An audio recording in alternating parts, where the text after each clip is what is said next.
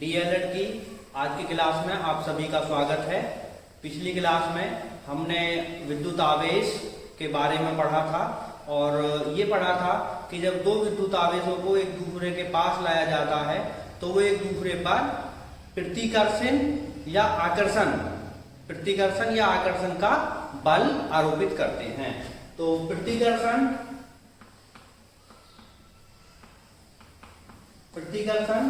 या आकर्षण, और प्रतिकर्षण और आकर्षण को क्या कहते हैं? बल। आकर्षण का बल एक दूसरे पर आरोपित करते हैं। तो ये जो बल है इसका मान कितना होता है, कितना बल ये एक दूसरे पर आरोपित करते हैं और ये बल किन किन फैक्टर्स पर, किन किन कारकों पर निर्भर करता है। तो इसी चीज को ढूंढने के लिए हमारे महान वैज्ञानिक कूलाम ने इसका अध्ययन किया और अध्ययन के बाद एक वो नियम पर पहुंचे और उस नियम को हम आज पढ़ते हैं कूलाम का नियम के नाम से और कूलाम्स लॉ। तो ये वेस्ट इंडीज में एक फौज में इंजीनियर थे और इंजीनियर का जॉब छोड़ने के बाद, वहां से रिजाइन करने के बाद, और इन्होंने बहुत सारे चीजों पर कार्य किया और उसी कड़ी में इन्होंने आवेश पर कार्य किया और जाना कि दो बिंदु आवेशों के बीच, दो आवेशों के बीच कितना बल आरोपित होता है। तो इनका नाम था Charles Augustine D coulomb, 1736 to 1806। तो आइए समझते हैं कि कूलाम का नियम क्या है। तो इससे पहले हमें समझना पड़ेगा, कूलाम के नियम से समझने से पहले पॉइंट चार्ज और बिंदु आवेश, पॉइंट चार्ज, पॉइंट चार्ज। तो देखिए, यदि हमारे पास कोई दो आवेश है, मान लीजिए एक आवेश ये है और एक आवेश ये है, तो इनके कुछ साइज हैं, ये इसका साइज है, ये इसका साइज है और ये कुछ दूरी से सेपरेट हैं, और इनके बीच की जो दूरी है, इनके बीच की जो डिस्टेंस है, इनके जो आकार है, इनका जो साइज है उसकी तुलना में बहुत बड़ी है। इनका साइज बहुत छोटा देख रहे होंगे, इसका साइज ये है और ये दूरी ये है, इसका साइज ये है और ये दूरी ये है। तो यदि दो बहुत बड़े भी आवेश हैं और वो बहुत दूरी से, बहुत ज्यादा दूरी से सेपरेटेड हैं, विस्थापित हैं, तो ऐसे आवेशों को हम बिंदु आवेश कहते हैं। यदि दो आवेशों के बीच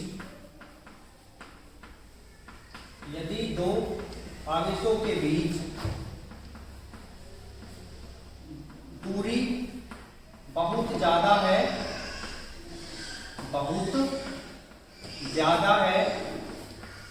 तो उन आवेशों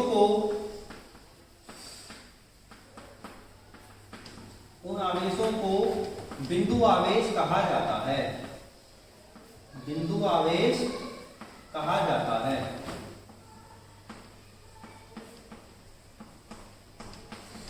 या बिंदु आवेश कहते हैं। ओके, तो देखिए यहां इनका जो आकार है वो इन दूरी की तुलना में बहुत छोटा है, तो ये दोनों ही आवेश कहते हैं बिंदु आवेश। तो अब कूलाम के नियम पर हम पहुंचते हैं। तो कूलाम के नियम के अनुसार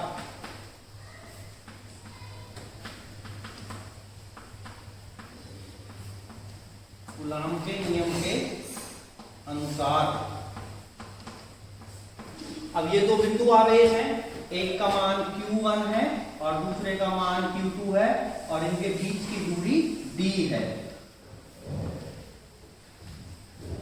या दूरी को हम R से भी रिप्रेजेंट कर देते हैं तो अच्छा रहेगा, R बीच की दूरी R है। तो कूलाम के नियम के अनुसार ये जो बल है, दो बिंदु आवेशों के बीच लगने वाला बल, दो बिंदु आवेशों के बीच लगने वाला बल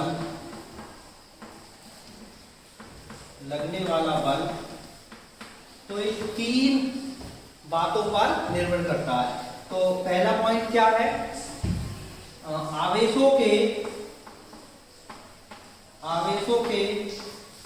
परिमाणों, परिमाणों मतलब धन और ऋण चिन्ह हमें छोड़ना पड़ेगा, केवल उसका परिमाण, वैल्यू, उसका मान के गुणनफल के समानुपाती होता है, के समानुपाती होता है। और दूसरा फैक्टर क्या है, आवेशों के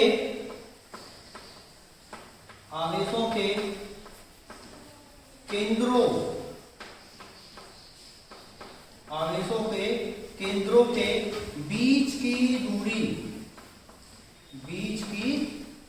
दूरी के वर्ग के व्युत्क्रमानुपाती इनवर्सली प्रोपोर्शनल होता है। और तीसरा फैक्टर क्या रहेगा कि इसकी दिशा क्या होगी, तो बल की दिशा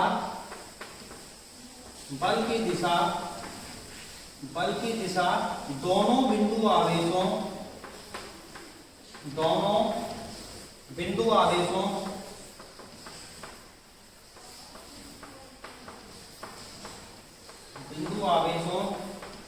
को मिलाने वाली रेखा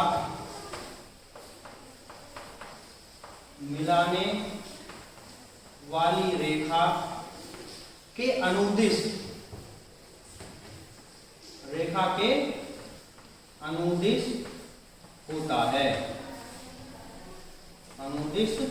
होता है।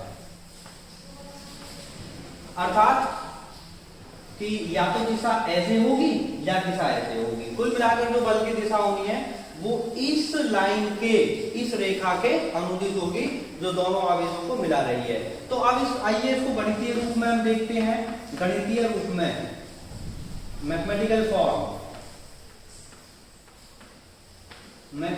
फॉर्म में। तो देखना यहाँ दो बिंदु आवेशों के बीच लगने वाला बल क्या है, आवेशों के परिमाणों के गुणनफल के समानुपाती। तो यहाँ हम लिखेंगे F बल डायरेक्टली प्रोपोर्शनल Q1 Q2, दोनों आवेशों के परिमाणों के गुणनफल के समानुपाती। और देखना उसके नीचे क्या लिखा हुआ, आवेशों के केंद्रों के बीच की दूरी के वर्ग के व्युत्क्रमानुपाती, अर्थात अपॉन r²। तो ये हुआ गणितीय रूप। तो ये क्या है, समानुपाती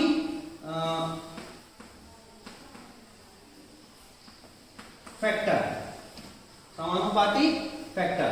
तो इसको जब हम हटाएंगे तो क्या आ जाएगा, इक्वल टू, और एक कांस्टेंट आ जाएगा जिसको बोलते हैं समानुपाती नियतांक। तो इसको लिखेंगे हम Q1 Q2 अपॉन r²। ये तो एच शब्द मैंने लिखा और इसको हटाने के बाद इक्वल आ गया और ये आ गया समानुपाती नियतांक।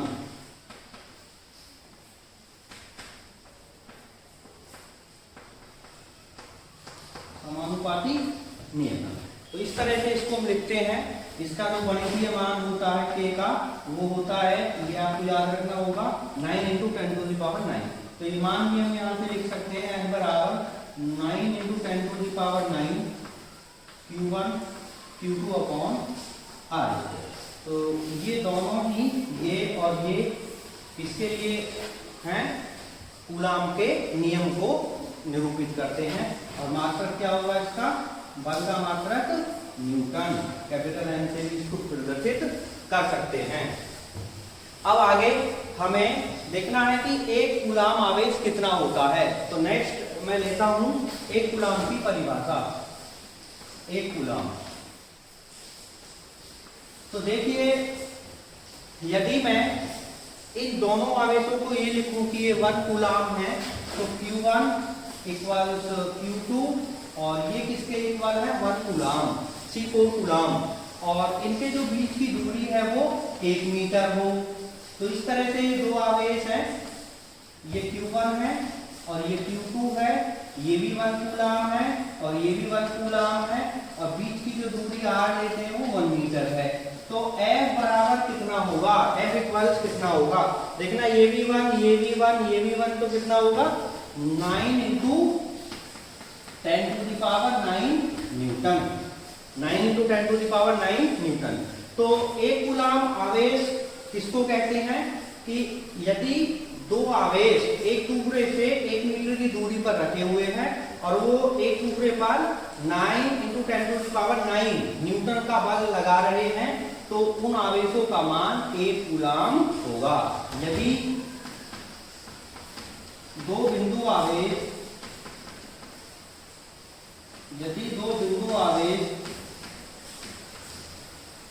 1 मीटर की दूरी पर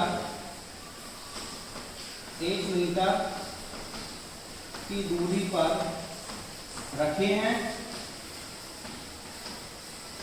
हैं तथा वो एक दूसरे पर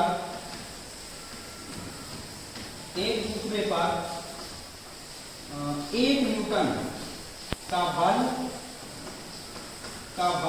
लगा रहे हैं, तो उन दोनों आवेशों और दोनों आवेश वो बराबर हों, तो यहां ये भी लिख सकते थे यदि दो बराबर बिंदु आवेश, ओके, तो उन दोनों आवेशों का मान 1 कूलम होगा। तो ये हुई परिभाषा 1 कूलम। ओके, तो नेक्स्ट टॉपिक है वैद्युत क्षेत्र और इलेक्ट्रिक फील्ड। तो अभी हमने देखा कि जब दो बिंदु आवेश एक दूसरे से कुछ दूरी पर रखे होते हैं तो वो एक दूसरे पर एक बल, आकर्षण या प्रतिकर्षण का बल आरोपित करते हैं। तो एक आवेश मैंने लिया और मान लीजिए ये आवेश है कैपिटल Q। तो अब इससे कुछ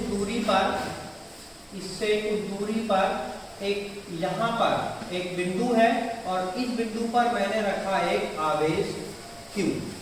तो क्या यह एक्सपीरियंस करेगा, ये चार्ज क्या एक्सपीरियंस करेगा, एक बल, और बल आकर्षण या प्रतिकर्षण का। तो या तो ये इधर मूव करेगा या ये इधर मूव करेगा। और अब यदि मैं इस आवेश को यहाँ से हटा लूं तो यहाँ क्या बचेगा, ये आवेश को मैं हटा लूंगी, इस बिंदु पर क्या बचेगा, कुछ ना कुछ तो है जो इस पर बल आरोपित करता है। तो उस कुछ को ही हम बोल देते हैं कि यहाँ इलेक्ट्रिक फील्ड है, वैद्युत क्षेत्र है। तो वो वैद्युत क्षेत्र किसने उत्पन्न किया है, किसने जनरेट किया है, इस चार्ज Q ने। तो कोई भी आवेश अपने चारों ओर सराउंडिंग में एक क्षेत्र उत्पन्न कर लेता है जिसमें कोई दूसरा चार्ज रखने पर एक प्रतिकर्षण या आकर्षण का बल महसूस या एक्सपीरियंस करता है। तो उस क्षेत्र को ही हम कह देते हैं वैद्युत क्षेत्र और इलेक्ट्रिक फील्ड। तो क्या परिभाषा होगी इसकी, कोई आवेश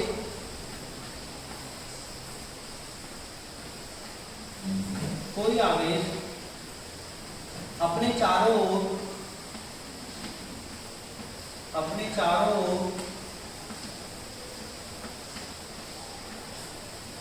एक क्षेत्र उत्पन्न करता है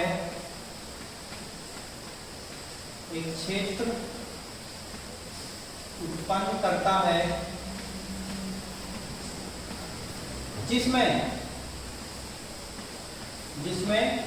कोई दूसरा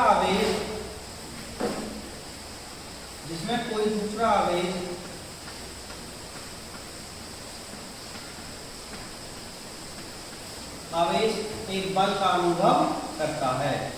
और बल क्या हो सकता है, अट्रैक्शन का भी और रिपल्शन का भी, एक बल का अनुभव करता है।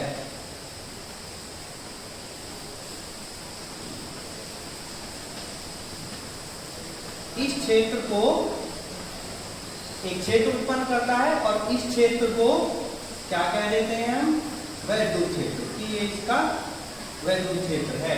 इस क्षेत्र को वैद्युत क्षेत्र कहते हैं।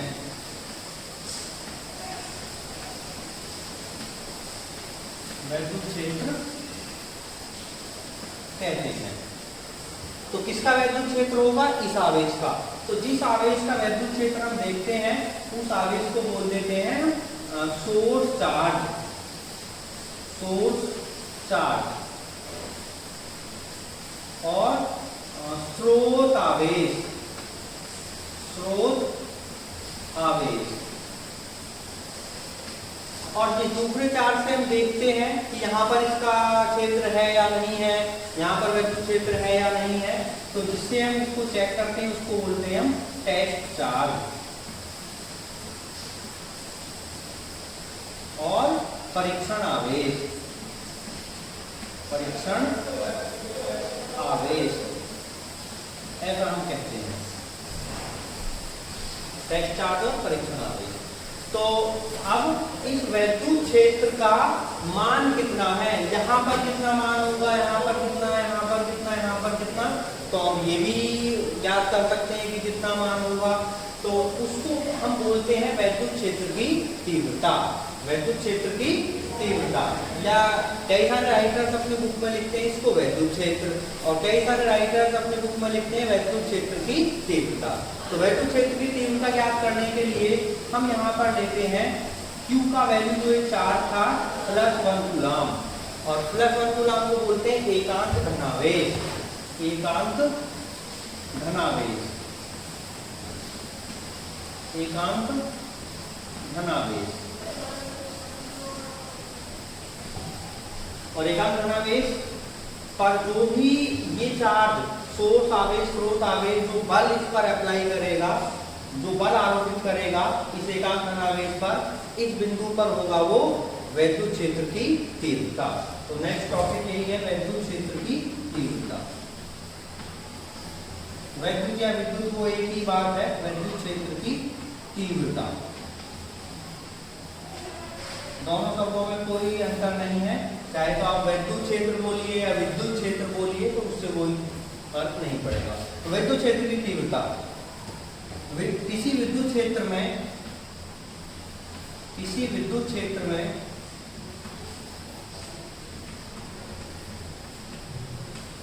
एकांक धनावेश और किसी बिंदु पर रखे, किसी बिंदु पर रखे,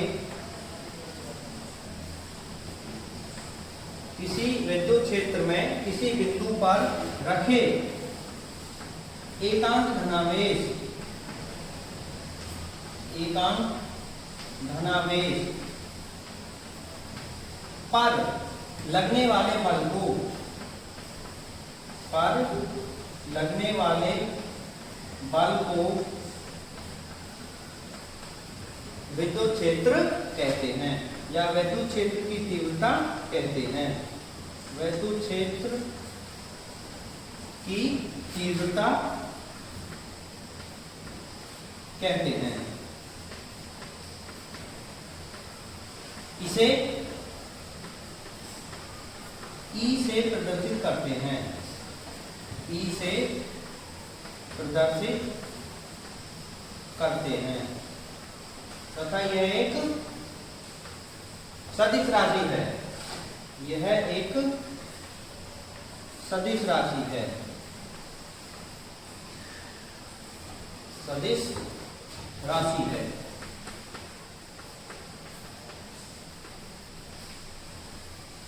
तो देखिए, यदि हमें इस बिंदु पर विद्युत क्षेत्र चाहिए, विद्युत क्षेत्र की तीव्रता चाहिए कि यहाँ पर कितनी है वैद्युत क्षेत्र की तीव्रता, तो इसके लिए हमें क्या रखना होगा? एकांक धनावेश। मान लीजिए हमारे पास एकांक धनावेश नहीं है, हमारे पास है +2 कूलम आवेश, तो 2 कूलम आवेश है, तो 2 कूलम आवेश पर ये बल आरोपित करेगा, तो 1 कूलम पर कितना बल होगा, उसमें कितने भाग लगाएंगे हम? 2 से, क्योंकि 2 कूलम पर बल हमें पता है, हमें 1 कूलम का चाहिए, तो 1 कूलम के लिए क्या लगाएंगे हम? 2 से भाग। यदि यहाँ 3 कूलम है तो किससे भाग लगाएंगे हम? 3 से। 4 है तो 4 से, 100 है तो 100 से, और यदि Q है तो Q से। तो किससे भाग लगाएंगे? Q आवेश रखने पर Q से। तो इसी को कह देंगे हम वैद्युत क्षेत्र की तीव्रता। तो E इक्वल्स कितना होगा? F/Q। तो ये रहा इसके लिए गणितीय रूप equals F upon Q. Vector रूप, सदिश रूप क्या होगा इसका? वेक्टर रूप में हम कैसे लिख सकते हैं इसको? E बराबर एफ डिवाइडेड बाई क्यू, ये वेक्टर रूप होगा। मात्रक क्या होगा इसका? तो आइए मात्रक देखते हैं। तो देखिए, बल का मात्रक अपॉन आवेश का मात्रक, तो बल का मात्रक कितना होगा? मात्रक बराबर बल का मात्रक बटे आवेश का मात्रक, बल का मात्रक बटा आवेश का मात्रक।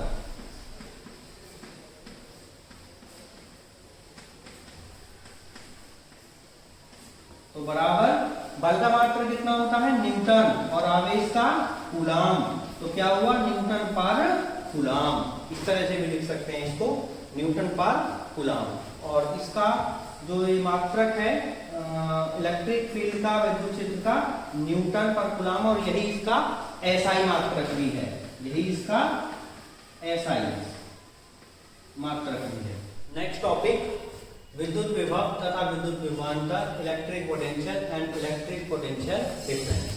तो अभी हमने देखा कि किसी प्लेस पर यदि एक चार्ज, कोई एक आवेश रखा हो क्यू, तो उसके चारों ओर एक इलेक्ट्रिक फील्ड डेवलप हो जाता है, एक फील्ड डेवलप हो जाता है जिसमें वो किसी दूसरे आवेश पर एक अट्रैक्शन या रिपल्सन का फोर्स अप्लाई कर सकता है, तो उसको बोल देते हैं विद्युत क्षेत्र, इलेक्ट्रिक फील्ड। तो इसके चारों ओर होगा वो, तो इसके चारों ओर जैसे हम उस आवेश से दूर जाते रहेंगे, उस इलेक्ट्रिक फील्ड का वैल्यू या इलेक्ट्रिक फील्ड की इंटेंसिटी, विद्युत क्षेत्र की तीव्रता घटती जाएगी, या हम कह सकते हैं कि विद्युत क्षेत्र का मान कम होता जाएगा। और एक स्थान ऐसा आ जाता है, इससे यदि दूर हम जाते रहेंगे तो बहुत दूरी जाने पर, बहुत दूरी जाने पर विद्युत क्षेत्र का मान 0 हो जाएगा। तो इस आवेश के लिए उस बिंदु पर जस्ट जहां 0 हुआ है, कह देते हैं कि ये इंफिनिटी पॉइंट है या अनंत है। क्या बोलते हैं हम? अनंत है। तो अब यदि यहां पर मैं एक आवेश रखूं क्यू, तो ये आवेश इस पर कितना बल लगाएगा? कोई बल नहीं लगाएगा, क्योंकि यहां पर अनंत पर इसके द्वारा उत्पन्न वैद्युत क्षेत्र का मान ही 0 है। तो यदि वैद्युत क्षेत्र ही नहीं है इस बिंदु पर, तो इस आवेश पर कोई बल नहीं लगेगा। अब अनंत से इस आवेश को मैं इधर चलाना स्टार्ट करूं, इधर लाना प्रारंभ करूं, तो अब जैसे ही मैं आगे बढ़ूंगा अनंत से, तो यहाँ पर विद्युत क्षेत्र होगा, यहाँ पर, तो ये आवेश इस पर एक बल लगाएगा। तो उस बल के विरुद्ध हमें कार्य करना होगा, हमें वर्क करना होगा, और उस वर्क को ही हम बोल देंगे विद्युत विभव। लेकिन कब बोलेंगे? जब ये +1 कूलाम आवेश है या एकांक धनावेश है, एकांक धनावेश। ओके, तो क्या लिखेंगे हम इसको? किसी एकांक धनावेश को, किसी एकांक धनावेश को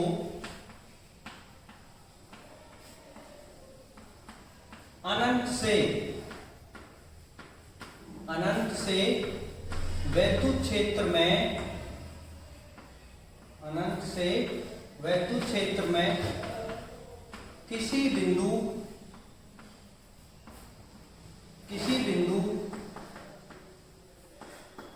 तक लाने में जो कार्य करना पड़ता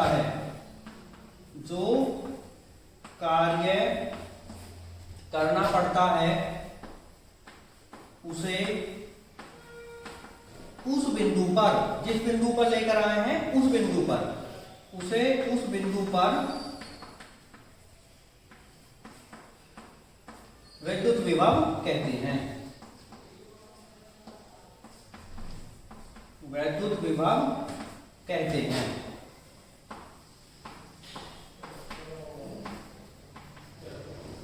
तो मान लीजिए हम अनंत से और यहाँ कोई बिंदु P यहाँ तक हम लेकर आए हैं, तो जो बिंदु P तक लाने में जो हमें वर्क करना पड़ा है, उस वर्क को ही हम कह देंगे यहाँ पर वो विद्युत विभव है।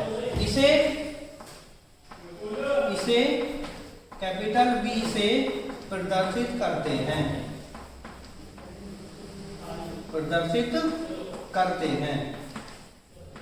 किससे प्रदर्शित करते हैं इसको? कैपिटल बी से।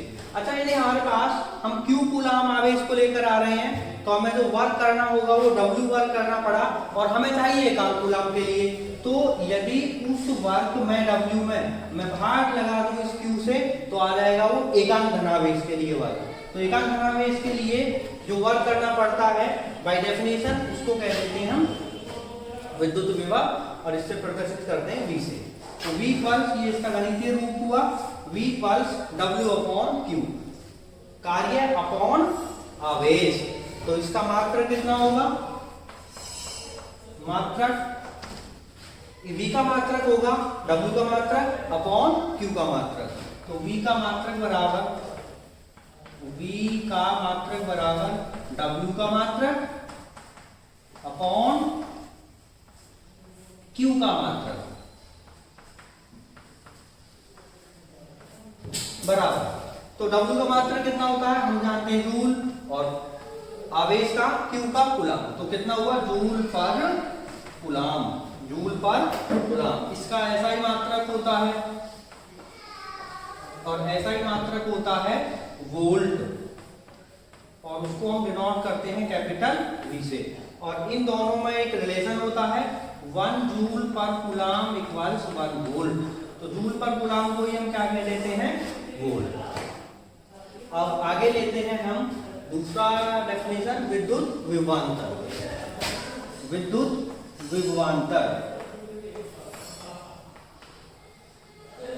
अभी हमने पढ़ा विद्युत विभव को मैं एक बार फिर से बताता हूं।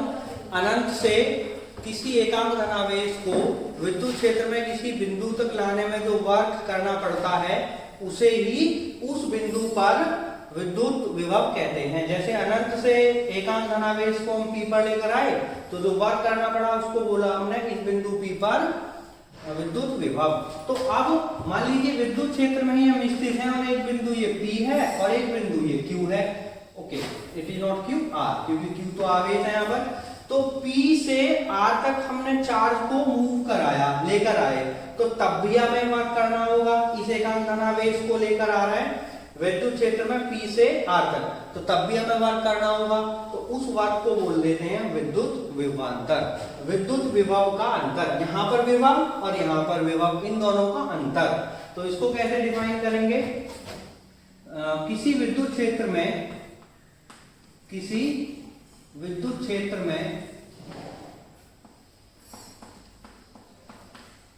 एकांक धनावेश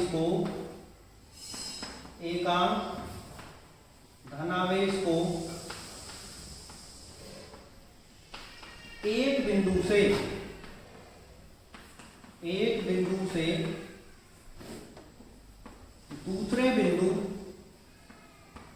दूसरे बिंदु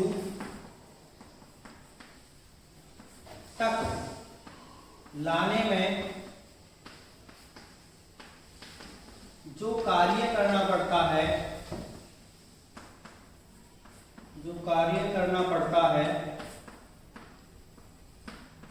उसे विद्युत विभवांतर कहते हैं। इलेक्ट्रिक पोटेंशियल डिफरेंस, विद्युत विभवांतर कहते हैं।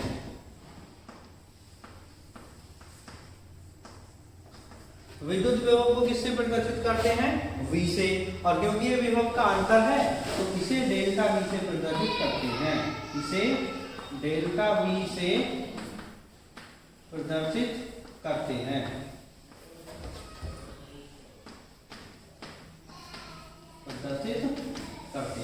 तो डेल्टा V कितना होगा? जैसे हमने अभी मैथमेटिकल फॉर्म, गणितीय रूप इसके लिए देखा था, V equal W upon Q। यहाँ भी हमें वर्क करना पड़ा है एकांक धनावेश को लाने में, तो इसके लिए भी सेम फॉर्मूला होगा, delta V equal W upon Q। और इसका मात्रक भी वही होगा जो V का मात्रक है। तो मात्रक कितना होगा? जूल पर कूलाम। पर कूलम। और एसआई मात्रक कितना होगा, एसआई यूनिट कितना होगा इसका, अभी जैसे इसका बताया हमने वोल्ट, तो कितना होगा, ओके।